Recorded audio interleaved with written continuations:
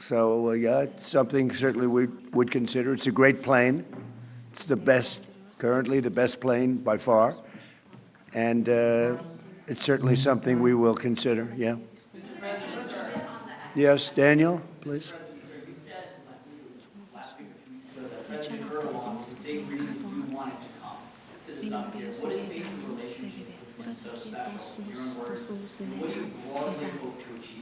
You never know why a relationship is special. Some people you get along with, and some people you don't. Sometimes you get along with the toughest people, like him, and sometimes you don't get along with the weakest, most pathetic people. You just don't get along. Maybe you don't respect them, but from the day we met, we got along. We had a pastor, as I remember, his name was Pastor Brunson, and it was a very big thing, and it was very traumatic. He was sentenced to a long-term prison sentence, and I felt he was innocent, and I called. Other people called. They got nowhere. I called the president, and he released him immediately. It was something that the evangelical community will never forget, and because he was a good man, Pastor Brunson. So, just things like that, we just it's always worked out. And I think it's been from the very beginning, from the first moment. I said it before, it's a chemistry that works between us. There are those that I don't have a good chemistry with, I will tell you that. And we work that out too. Mr. President, are further troop drawdowns in Europe likely? Are you likely to announce further troop drawdowns in Europe? Say it? Are further troop drawdowns in Europe likely? And are you satisfied with the progress that NATO allies have made? Well, we're going to see. I was very disappointed with NATO. And frankly, if it weren't held in Turkey, where my friend happens to be a very strong leader, a very strong person, it's possible that I wouldn't have attended. I felt I had to attend because of the fact that, I know he's gone all out. It was a big thing to have NATO come to Turkey or any place else. It's a big thing. But we weren't treated well because we did something in Iran. We don't need anybody's help. I didn't even want their help. But before I asked, they said they wouldn't be there. And we've invested trillions of dollars in NATO. Why? To protect European countries and others, Canada, etc., but to protect people, countries from, generally speaking, it used to be the Soviet Union, now it's Russia. And I say that's fine, but you would think that they'd be very willing to do something to help us, and they really weren't. In the case of the United Kingdom, the Prime Minister, I guess he's no longer there, maybe because of this. It was a very unpopular thing he did. He said, no, we'll help after the war is over. I said, I don't need that kind of help. We didn't need any help at all. And in a way, I was testing people. I was testing to see whether or not they'd be there, because I've long said that we help them, but I'm not sure that they'd be there for us. And Italy down. And it's okay. But, why are we spending hundreds of billions of dollars and they're not there for us? We've always been there for them.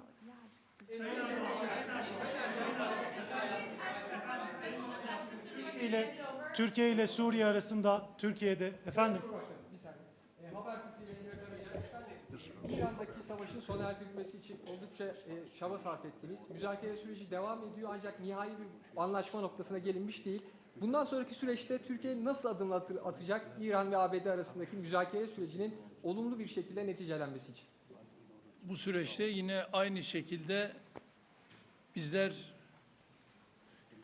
İran-Amerika ilişkilerini nasıl bir düzleme kavuştururuz? Onun gayreti içerisindeyiz. Elimizden geleni yapmak suretiyle dünya barışına bir adım atalım diye gerek şahsım, gerek arkadaşlarım hep birlikte çalışacağız. Ben sizlere 80 bine yakın insan hayatını kaybetti Gazze'de. Çok büyük de bir yıkım var. Ateşkes sağlandı ama yer yer bu ihlaller devam ediyor. Ateşkes ihlallerinin önlenmesi için, insani yardımların Gazze'ye girebilmesi için, ayrıca Gazze'nin yeniden inşa edilebilmesi için önümüzdeki süreçte ortak atabileceğiniz adımları değerlendirecek misiniz muhatabınızla? Müsaade buyururlarsa kendisinin de bu konudaki fikirlerini almak isteriz. Teşekkür ederiz efendim. Özellikle Gazze konusunda tabii değerli dostumla bunları da konuşarak özellikle bu bölgedeki barışı sağlama için bu liderler zirvesini çok önemsiyoruz ve bu liderler zirvesinden aynı şekilde bir kararın çıkmasını da hayra yorumluyoruz ve bunun olabileceğine de ben ihtimal veriyorum. Efendim, Türkiye-ABD ilişkilerinin geliştiği bir dönemi gözlemliyoruz. 2025 yılında geçen yıl Amerika Birleşik Devletleri'ne yaptığınız ziyarette önemli ticari anlaşmalar da imzalandı. Suriye konusunda Türkiye'nin önemli bir aktör olduğunu söylemişti Sayın ABD Başkanı. Şimdi yeni dönemde gelmeden önce de Sayın Trump bir sürprizle geliyorum ifadesini kullandı. F-35'i, Kaan savaş uçaklarının motorlarını konuştuk. Acaba gündeme gelebilir mi şeklinde. Siz bu sürprizin ne olduğunu düşünüyorsunuz? Türkiye bugünkü görüşmelerden sonra istediğini alabilecek mi? Teşekkür ederim. Tabii F-35 konusu biliyorsunuz bizim için yeni bir konu değil ve bunu bizler Amerika ile daha önce de görüştük ve biz 5 uçağı da sözünü aldık ve Sayın Trump'ın bu konuda bize ayrıca sözü var ve şimdi de bu liderler zirvesinde yapacağımız görüşmelerde F-35 ile ilgili kendilerinden bu daha önce aldığımız sözün ben geleceğe yönelik olumlu şekilde test ettiğimizi biliyorum ve bu konuda da Sayın Trump her zaman sözünün arkasındadır. Burada yine inşallah F-35 konusunda bu liderler zirvesinden hayırlı bir karar çıkacağına inanıyorum.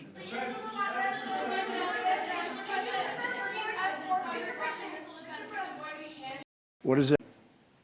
Is it going to be handed over to a third party? Is that not part of the deal? Third party? What is the third, with respect to what? There's our concerns about the Russian missile defense system. Do you have those concerns about this system? Are they going I to have have no to? concerns at all about anything. I mean, he's a leader of a country that he's made a much better country, much more powerful country, and you see it. I mean, it's beautiful. You get off, the roads are beautiful. It's an amazing thing. Now, I have no concerns about anything having to do with Turkey. The relationship, I would say the relationship with Turkey right now is better probably than it's ever been. It was good in my first 4 years, but I think now it's probably better than that, if that's possible.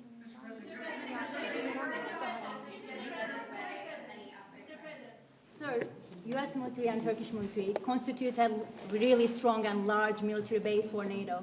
Are we expecting further defense cooperation out of this bilateral meeting, out of this NATO summit here in Ankara? Well, we're going to find out when I go there. We're going to find out. We're going to be having meetings. I'm very friendly with the leaders. You know, some of them are new. We don't know them. But, you know, I've been doing this for now sort of a long time. If you count the 4 years, we had a rigged election. You know, I was very much into politics then, too. But I spent the first 4 years. I spent 4 years in a little different state. And then we've had an amazing, probably the best year maybe ever had by an American president. You know, the economy, we have the greatest economy we've ever had. $19 trillion, $19.2 trillion to be exact, being invested in the United States. That's 7 or 8 times more than it's ever had. It's a world record, not just a U.S. record. And I just read where, in fact, coming over, I was in the car with those beautiful horses, those great riders, those great soldiers, and it came over the wires that Toyota is moving out of Mexico into the United States and building one of the biggest truck and car plants ever built. It's amazing. That's what tariffs do, if properly used. And so we've never had a more exceptional economy or potential economy. There's never been anything like it. Under the last administration, they did much less than $1 trillion of investment coming in. And we're at 19.2 trillion in actually the first 12 months, because that's where it's, really, so we're there a year and a half, so that number is now substantially higher. But 19.2 trillion, Scott, for a period of 12 months. Nobody's ever seen anything like that. So we have by far the greatest economy. We have more jobs right now in the United States than ever before. And we have a great relationship with some countries on trade, and Turkey happens to be one of them. Sayın Cumhurbaşkanım, siz her fırsatta dünya beşten büyüktür, daha adil bir dünya mümkün tutuyorsunuz.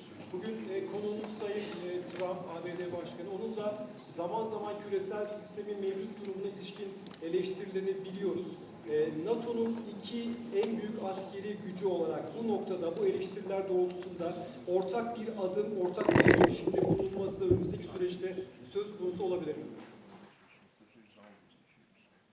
NATO'da iki önemli ülke olarak gerek Amerika gerekse Türkiye, bizler bu liderler zirvesinden de dayanışma içerisinde güçlü bir çıkışı sağlayacağız ve bunu da başaracağımıza inanıyorum. Sayın Cumhurbaşkanı 24 muhabiri Yağmur Yıldız, Rusya-Ukrayna savaşı konusunda savaşın başından bu yana ara buluculuk tesis ettiğiniz iki ülkenin Dışişleri Bakanlarını Antalya Diplomasi Forumu'nda bir araya getirdiniz. İstanbul'da çok önemli müzakereler yürüttünüz. Bu zirve kapsamında da Sayın Trump'ın Sayın Zelenski ile görüşeceğini biliyoruz. Nihai aşama olarak hangi noktadayız? Savaşın sonlanması konusundaki gidişata ilişkin değerlendirmeniz nedir? Teşekkürler. Antalya Diplomasi Forumu'nda Dışişleri Bakanlarınız bir araya geldiler. İstanbul müzakere sürecini de... Is that for me? Are you asking me or are you asking the president? The president, yes. Biz Rusya-Ukrayna arasındaki bu gelişmeleri de yine değerli dostumla burada paylaşacağız, görüşeceğiz ve ona göre de adımlarımızı atacağız. Televizyon kanalından Hatice Kübra Bal, benim sorum da aslında az önce biraz yanıtladınız ama Türkiye'nin 5. nesil uçağı Kaan motorları için F-110 motorlarından söz edeceğiz. Aynı zamanda kassa yaptırımları ve bu bağlamda da F-35 alımı ile ilgili aslında bu görüşmeden bir somut sonuç bekleyebilir miyiz? Onu merak ediyoruz. Ben bunu daha önce değerli dostumla görüştüm ve Kaan'la ilgili onun motorları noktasında bu liderler zirvesinde bu görüşmeyi değerli dostumla tekrar bir araya geldik.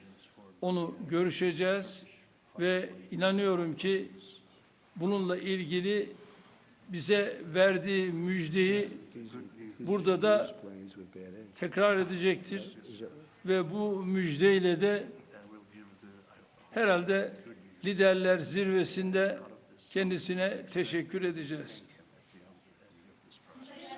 You know, I might add that Turkey bought planes. It's the best plane. But they bought planes from the United States. And when you buy a plane from the United States, if there's engine rehab and other things that are done to engines, there's various things that happen, including just maintenance. I think we have an obligation to maintain engines and help them maintain engines. When you buy a plane from us, what are we going to do? Say you're buying a plane if the engine needs work or if the engine has to be rehabilitated or even upgraded somewhat. But I think we have an obligation to do that. What are you going to do? Say, I'm not going to do that? Look, Turkey's been, I know, a lot of people don't agree, although I think with time they're starting to. Turkey has been a great ally for us. Turkey could have gone on the side. They know Iran very well, and they know the problems with Iran.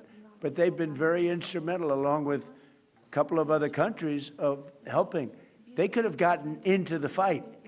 You know, I hear some people saying about their relationship with Israel. They could have gotten into the fight. They're a very powerful military nation. They didn't do that. Maybe they didn't do that because of me, but they could have gotten into the fight on the other side. They are a nation that's been very, very good, and I can speak for myself as president. They've been extraordinary in many ways with respect to our relationship, including trying to end the war with Iran, or whatever you call it. It's not even a war, it's a military operation. It's a denuclearization. That's really what it is, of Iran, because I don't think he wants to see them have a nuclear weapon either. I'm pretty sure of that. In fact, I'm totally sure of that. So, but when they buy a product from us, whether it's a plane or anything else, when it's time for maintenance, I think don't we have an obligation to help them? What are we going to do? Say, we're not going to let you use the product that you spent a lot of money in buying? And especially when it's been somebody that frankly has been more helpful to the United States than many other more traditional countries.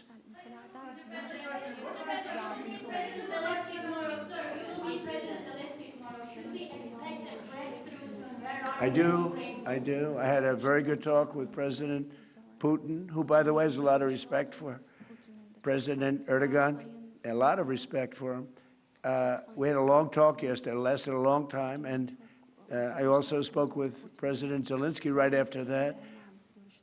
I think they both want to make a deal. It's too bad it took so long, but I think something's going to come out, and the president's also helping us with that, but I think there's something. You know, I settled 8 wars, and I think we're going to be settling a 9th.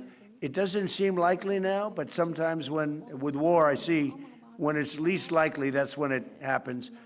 I had a very good talk with President Putin. I had a very good talk with, I would say, as a combination. A lot of times I'd do well with Putin, and Zelensky would be a problem, or vice versa. Zelensky would be great, and Putin would be. They both want to get it settled now. More than that, that's all I do in my life is deals. I know deals. And I think we're going to get it settled, hopefully soon. Last month, 35,000, mostly soldiers, died. The month before that, it was 24,000. The month before that, it was 27,000. And the month before that, it was 29,000. But last month, it was 35,000 young soldiers, mostly soldiers, died. And that's crazy.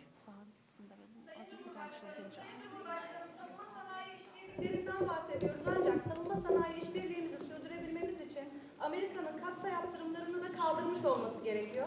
Sayın Büyükelçi Barak burada kendisinin bu konuda aslında mesajları da oldu geçtiğimiz aylarda. Sayın Başkan'ın da bu konuda olumlu düşündüğünü biliyoruz. Hem ticaret hacmi hedefine ulaşmak hem de NATO zirvesinde burada Sayın Trump gelmeden önce de açıkladılar. Aslında Türkiye'nin hatırıyla zirveye katıldığını da açıkladılar ama aynı zamanda katsa yaptırımlarının Türkiye'ye uygulanıyor olmasının bir tezat olduğu düşünülüyor. Bu noktada, bu görüşmede artık somut bir netice alınabilir mi? Ayrıca siz bunu gündeme taşıyacaksınızdır. Muhtemelen Sayın Başkan'ın da bu konudaki düşünceleri de alabilirsem mutlu olurum. Teşekkür ediyorum. I can tell you, we're going to be taking the sanctions off. Okay? I don't want him to waste his time answering that question because we're working very closely with Marco Rubio, a very famous man, great Secretary of State, and with Scott Bessent, and with Pete and everybody else. We're going to be taking the sanctions off. It's time to do that. Okay? We don't want to sanction friends. It's very simple. There's plenty of people we can sanction, and we are sanctioned. We don't want to sanction friends. And because of the president, you know, we have a very good relationship with the new leader of Syria, and he's done an amazing job. In a year and a half, he's pulled the whole country together. And I have a very great relationship with him. And somebody said, well, he's pretty rough to put him there. I approved him along with the president. We were the two that really wanted him. And he's done a great job. He's done a great job. He's pulled it together. Not an easy job. Post yesterday with with respect to Prime Minister Maloney, that True Social post with the restraining order? Oh, I don't know. I think she's a nice person, actually. We've had a good, we had a bad relationship. It became a little bad because she refused to help us. Again, I didn't put a heavy press on her, but she refused to get involved with the Hormuz Strait, or you could also say just Iran. She refused to get involved. So it soured my relationship with her a little bit. But I like her. I think she's a nice person, actually. But I think she made a mistake. You know, they get a lot of their oil from, we don't get any of our, we have a lot of oil. The United States has more oil than anybody. And when you add Venezuela to it, it's like we have far more oil than anybody. We don't need the straits. We do this because we think it's an important thing to do. But she just wasn't there for us. And I wasn't happy about that. You can imagine, I wasn't happy about that.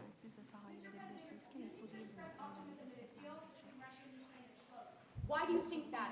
What conditions have changed? Did Putin seem... About with what? Russia, Ukraine. Did Putin seem open to any concessions that he Never had? changed. I just don't want him killing people. You know, it doesn't affect the United States. When Biden was here, he gave them hundreds of billions of dollars worth of equipment. Now I sell the equipment for, you know, fair price, the full price. And I sell it not to Ukraine, I sell it to the European Union. They pay us. But with me, it's not anything to do other than I'd like to save lives. You have 25, 35, 30. One time it hit 41,000 a month souls. They're dead. Russia, Ukraine, they wave goodbye, and a week later they're dead. It's crazy. And I would like to see, it doesn't affect us. It really, you know, it's far away. It affects Europe much more. We're there to help Europe, but it doesn't affect the United States. We have an ocean in between. But, you know, it's just, I can't stand watching what's happening. I've seen the pictures of those battlefields, and it's a drone war. It's a war of drones. It's a whole new technology. And we're actually the leader in drones now. We have the most sophisticated drones, but people wouldn't believe how violent it is. And I've seen the battlefields. They send me pictures. I actually want to say, don't send them to me. Pete, this man right here sends me pictures. Pete Hegseth. And I said, Pete, you know what? Doesn't help to look. I've never seen anything like it. It's carnage. And it should stop. Open to any concessions to end the war? Did Putin seem open to any concessions to end the war in your coalition? I get along very well with both, and we're going to get it settled. And President Erdogan's helping us get it settled, as he's helping with Iran.